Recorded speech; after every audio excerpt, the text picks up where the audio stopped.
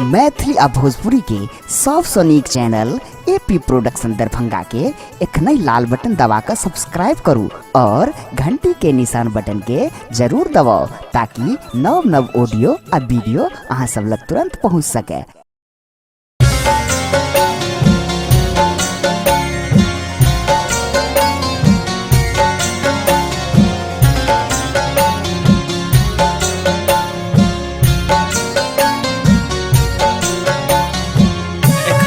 सुन रहल छी एपी प्रोडक्शन के शानदार प्रस्तुति।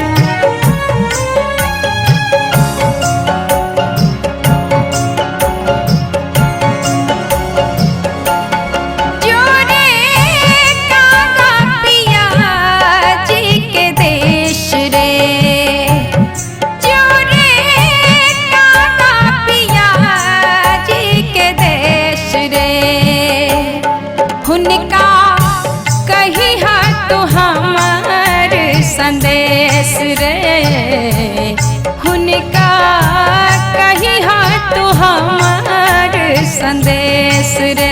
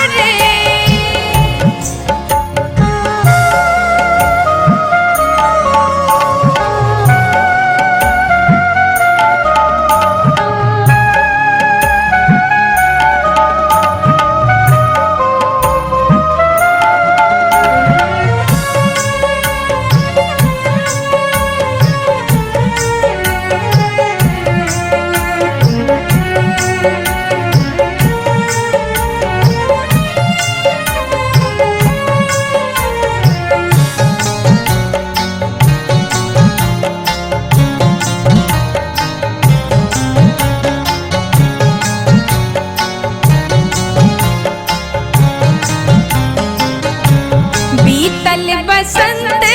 ने ऐल खबरिया केहन कठोर पिया भेला निर्मोहिया।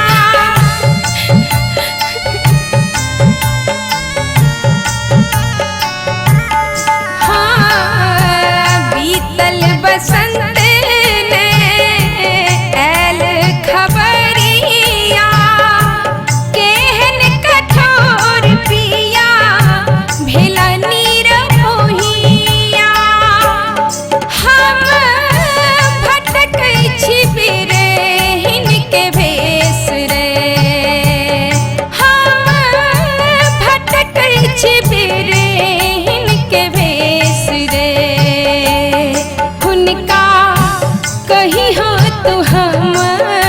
संदेश रे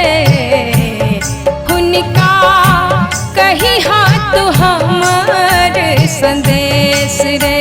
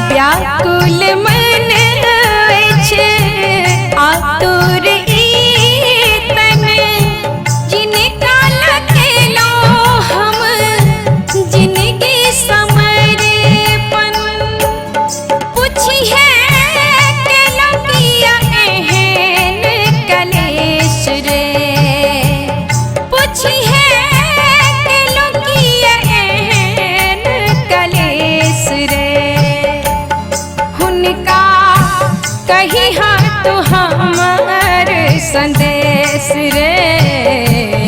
हुनका कही हाथ हमार संदेश रे कागा रे कागा रे कागा रे कागा रे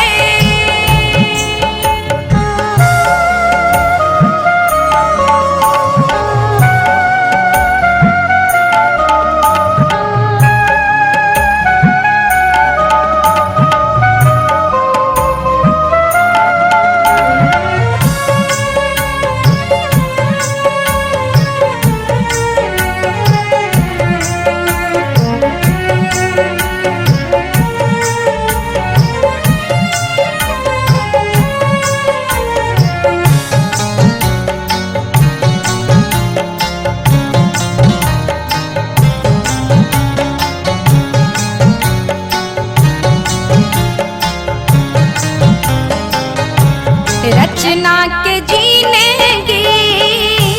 नीरस बनल अछि केहन बिरह दुख गोदना गोदल अछि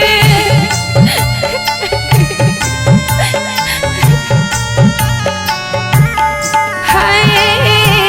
रचना के जीनेगी नीरस बनल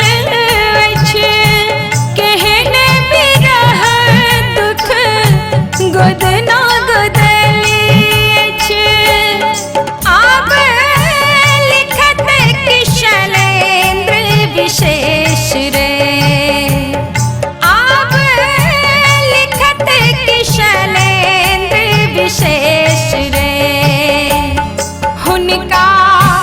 कही हाथ हमार संदेश